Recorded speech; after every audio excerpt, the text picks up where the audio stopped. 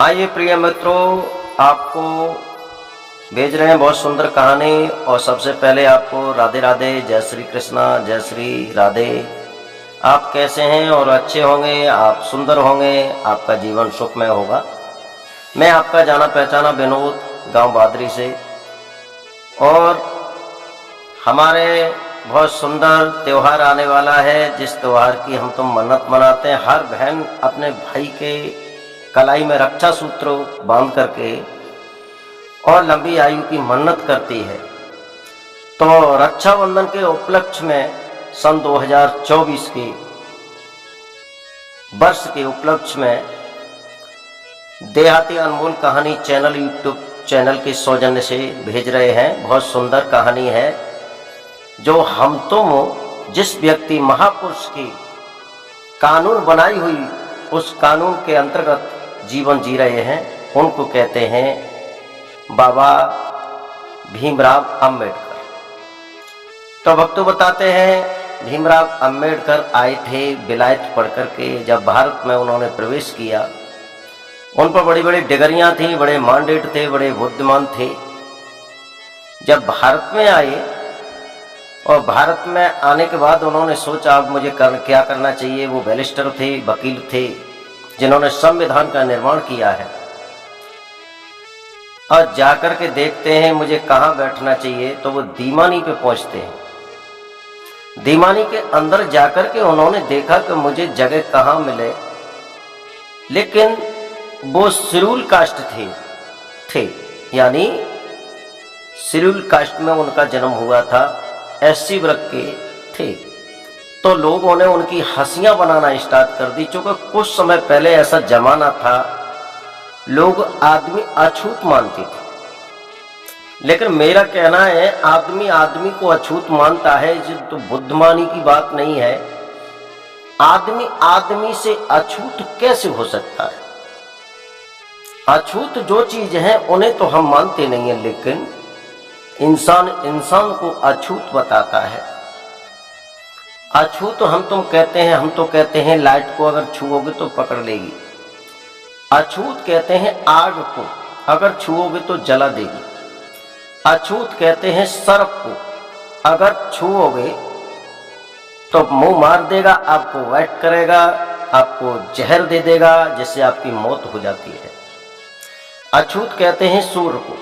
ये सब अछूत है, जिन्हें हम नहीं छू सकते, वो अछूत है। लेकिन इंसान इंसान से कभी अछूत नहीं हो सकता।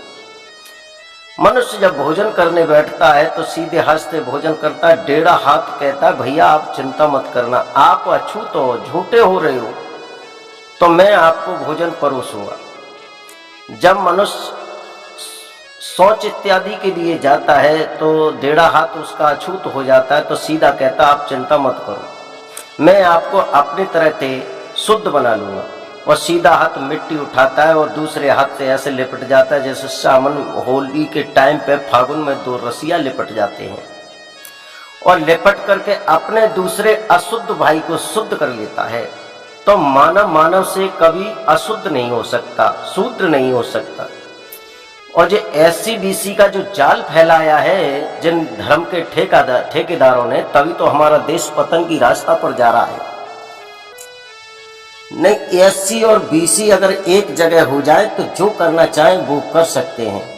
तो जहां तक मेरी वीडियो जारी हो, मैं अपने बीसी लोगों से, बीसी वालों से, एससी वालों से ये कहूँगा, मिलकर के एकता करें और एकता का एक नारा लगाएं, देश में अपने जीवन पे जीवन जिए। तो चलो बाबा साहब के जीवन परिचय पर लेके चलते हैं, कैसे कैसे अत्याचार बाबा के जीवन में लोगों ने किए हैं।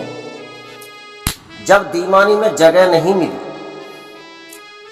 और दीवानी में जगह न मिलने पर बाबा साहब से कह दिया यहाँ कोई जगह नहीं है, क्योंकि वे अछूत थे, ऐसी वर्ग से आते थे।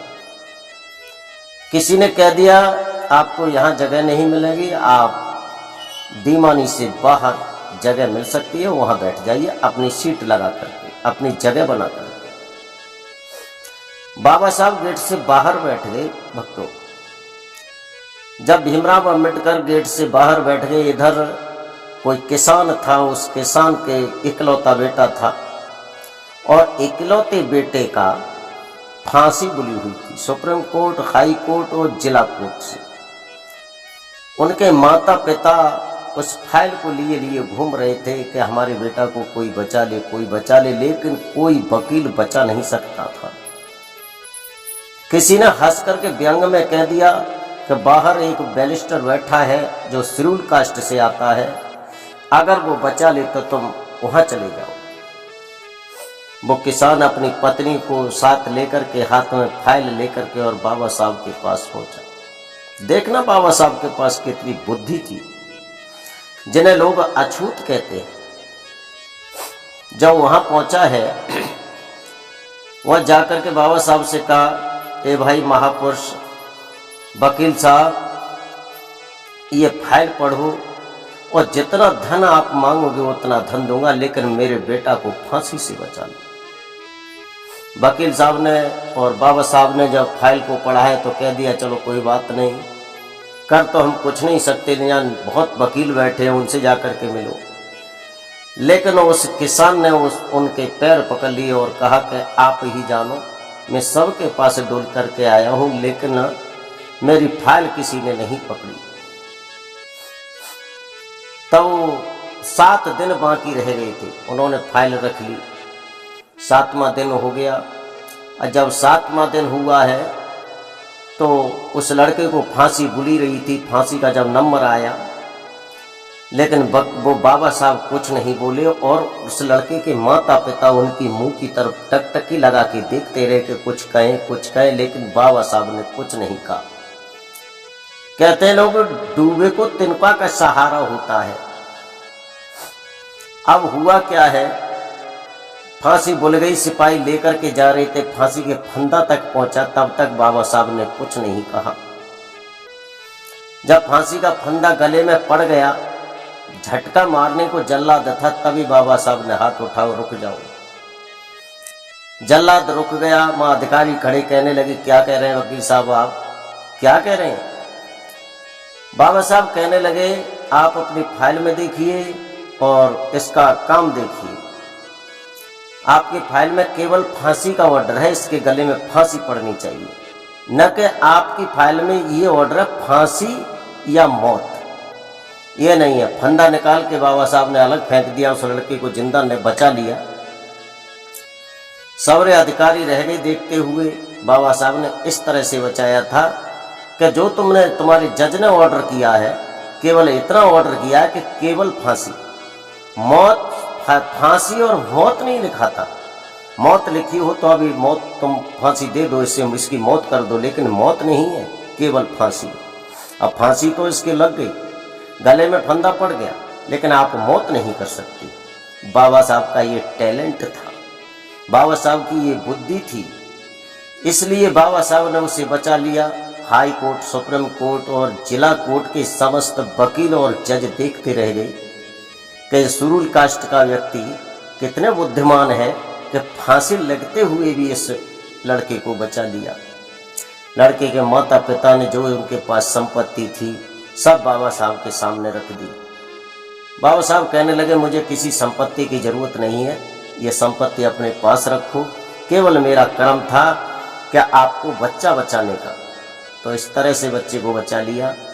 आज वो महापुरुष हमारे देश में होता तो SCBC का जो फांट लोगों ने डाला है, ये नहीं डला होता।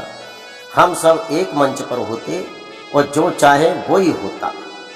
तो मेरा SCBC वालों से कहना है, अब भी सुधर जाओ, एक जगह पर आओ। कभी आदमी को अछूत नहीं होता, वो शूद्र नहीं होता। और मैं आपको वाणी को यहीं पर विराम देता हूँ। और इस तरह से ऐसी